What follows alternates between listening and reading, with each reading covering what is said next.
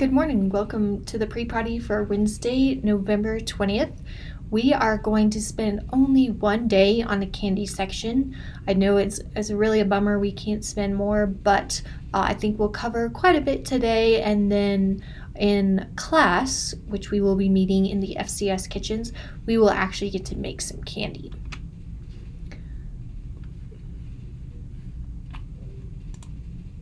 To start us off, here are many different options of candy. We have cotton candy, hard candies like Jolly Ranchers, soft caramel candies, fudge is even considered a candy. All of these are very different. If you were to eat cotton candy and then eat fudge, you have an extremely diverse array of eating experience, the fudge being nice and creamy and smooth, chocolate in flavor, as on the flip side, cotton candy being melt in your mouth, very kind of more fruity flavor. But no matter what type of candy you're making, they are all very, very, very similar in their basic recipe. And that basic recipe just involves combining sugar and water and boiling it to create a sugar syrup. This sugar syrup, no matter what kind of candy you're making, is the base of any of those options. Where we get differences, so cotton candy versus fudge versus a Jolly Rancher, is how we manage that sugar syrup in the cooling process. So that cooling process is extremely important to understand what is going on chemically inside that sugar syrup so as to get the most ideal smooth fudge that you can get, or the most smooth Jolly Rancher that doesn't have really big chunks of sugar in the middle of it. And if we think about the differences in cooling, we can either cool very slowly, we can cool somewhat quickly, or we can cool very quickly. So in fudge's instance, we would want to cool very quickly. Not the most quick, because cotton candy and Jolly Ranchers require the most rapid cooling, but fudge, we're going to let it sit a bit, but then once we get to a certain temperature, we really have to accelerate the cooling. On the other side, if we want to make something like rock candy, we require the cooling to be a long period. We are not going to do much during the cooling, and we're just going to let it sit at room temperature. So what actually goes on in the cooling process? Well, we're looking to either form or not form sugar crystals. So if we form sugar crystals, and in some candies that's really what we're trying to do, we then ask ourselves, do we want small sugar crystals in the case of fudge or large sugar crystals in the case of rock candy? On the other side, if we don't want to form sugar crystals, we are going to make products like cotton candy, gummy bears, jelly beans, glass candy, that means kind of like the hard candy.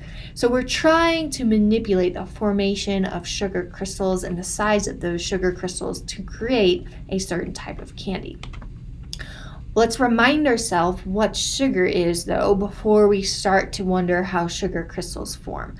Sugar, remember, is sucrose. It is a disaccharide made of glucose and fructose. So I've provided that there on the lower left-hand corner of your screen. That sucrose can arrange itself in a 3D, very organized pattern. So that's what you see here over in B. You see that these sugar crystals are represented by the red dots, and they're bound together by those blue lines and dots in a very structured, uniform pattern. And that is all due to the chemical structure of sucrose. Now, this is much more of a simplified form than if it were to be actual sucrose molecules. But again, we're just getting after that it's a very patternistic type molecule. If we were to disallow the formation of sugar crystals, we would be getting more of this structure. There's really no pattern associated. Those sugar molecules are still attached to each other, but in no particular way. Then that leads to, okay, we have to first, before we form sugar crystals, we have to dissolve sugar into water. So that, remember, sugar and water are two basic ingredients, and we add those together to dissolve the sugar in the water. And this kind of capitalizes on the concept of solubility. If you've taken chemistry or even a biology in high school or your freshman, sophomore year, I'm thinking you're probably familiar with solubility. But as a reminder, we are trying to dissolve a solute in the solvent. So in our case, sugar is the solute, water is the solvent. So if we just have a bowl in front of us, we've filled some water with it, and then we've added in sugar and stirred, we'll notice that that sugar does not really dissolve. It stays kind of in that crystal structure. But eventually, after lots of stirring or maybe even some heating, that sugar starts to dissolve because the water is interacting with the sugar. So what happens is we see these little water molecules, H2O, represented by those little diagrams. Water is, remember, a polar molecule, meaning it has positive and negative charges to it. And that polarity allows it to interact with sucrose, and you'll notice sucrose has all of these OH groups or hydroxyl groups. And so water will bind around an individual sucrose molecule and start to dissolve it. So we see here a big clump of sugar, lots and lots of sucrose molecules bound together or situated together. These water molecules' first step in solubility is to attach to these sugar molecules and kind of surround that sugar molecule. The second step of solubility is to pull the sugar molecule away from the sugar clump in that solution. And so we see here lots of water molecules surrounding an individual sucrose molecule. So this sucrose molecule would be considered to be dissolved or solubilized in the solution, whereas these over here are still associated with each other rather than water, and so they're not yet dissolved in solution. One thing to keep in mind though is that molecules, atomic molecules, are always in motion. So it's not that water will come in here and latch onto this sucrose and it comes out and is dissolved and it will forever be dissolved. No, it's kind of an equilibrium of some sugar molecules are leaving the sugar clump, others are attaching back to the sugar clump, and so they're always in a movement state, just because how atoms act in nature. That's happening in the air around us, in our body, as I'm talking to you or as you're sitting on the couch listening to this pre-party. We have to consider, though, that not all the sugar we add to water always gets dissolved, and there are some reasons why. So once we add a certain amount of sugar and we start to heat it, because heat will add energy and create more of an environment for those sugars to be dissolved. As soon as there is the exact 100% of that sugar crystal has been dissolved in water, we call that saturated. Excuse the message about my space on my computer. So once we get to that saturated point, if we were to continue to add sugar to that water, that sugar would no longer dissolve because the water is surrounding all of the existing sugar. There's no more water to interact. But we can increase the solubility of any added sugar by heating the water. Because when we heat water, we're going to elicit a thermodynamic change, and that change causes for those sucrose molecules to be more able to be coated by water, mainly because water is moving around much quicker. So if we look here, if we heat a sugar and water solution to 213 degrees Fahrenheit, we can dissolve about 10% sugar. Okay, so it's a 10% sugar solution.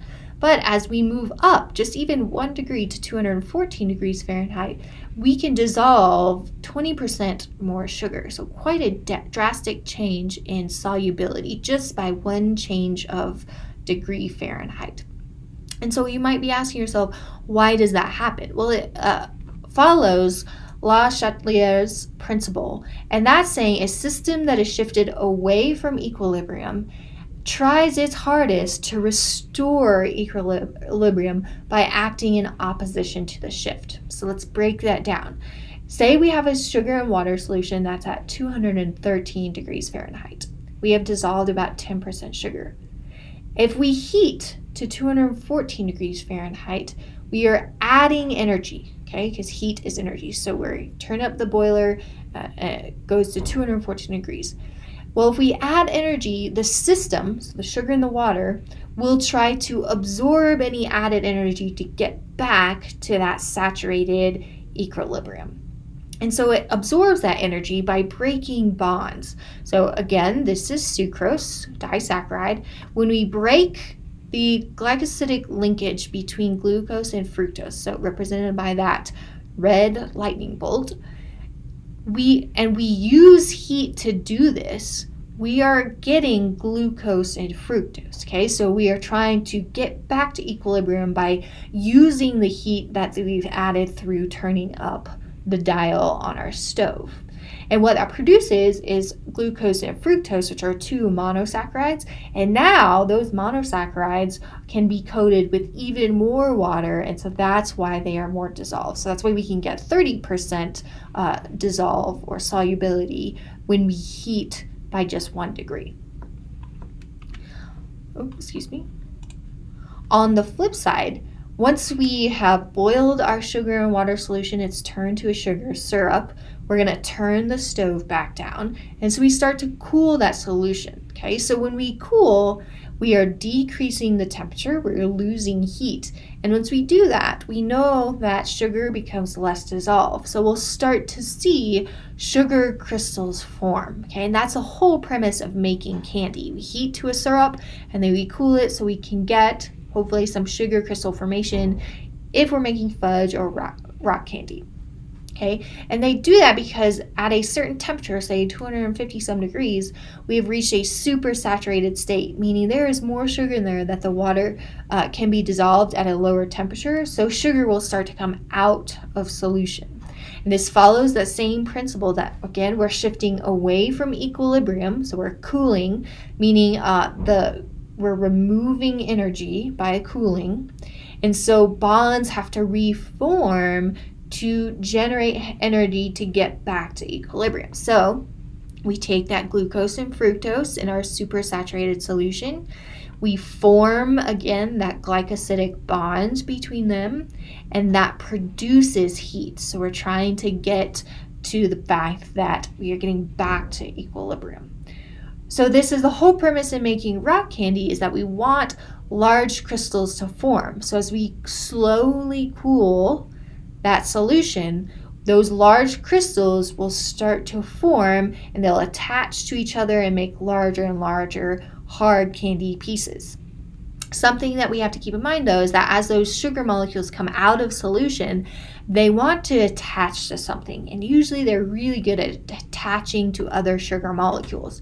So when we make rock candy, we're going to provide what we call as a seed crystal, and it's just sugar that we put on a stick and dip that stick in there. So that sugar that we've coated around the stick will be a seed crystal for those sugar molecules coming out of solution to attach to and make larger and larger crystals in the formation of that rock candy.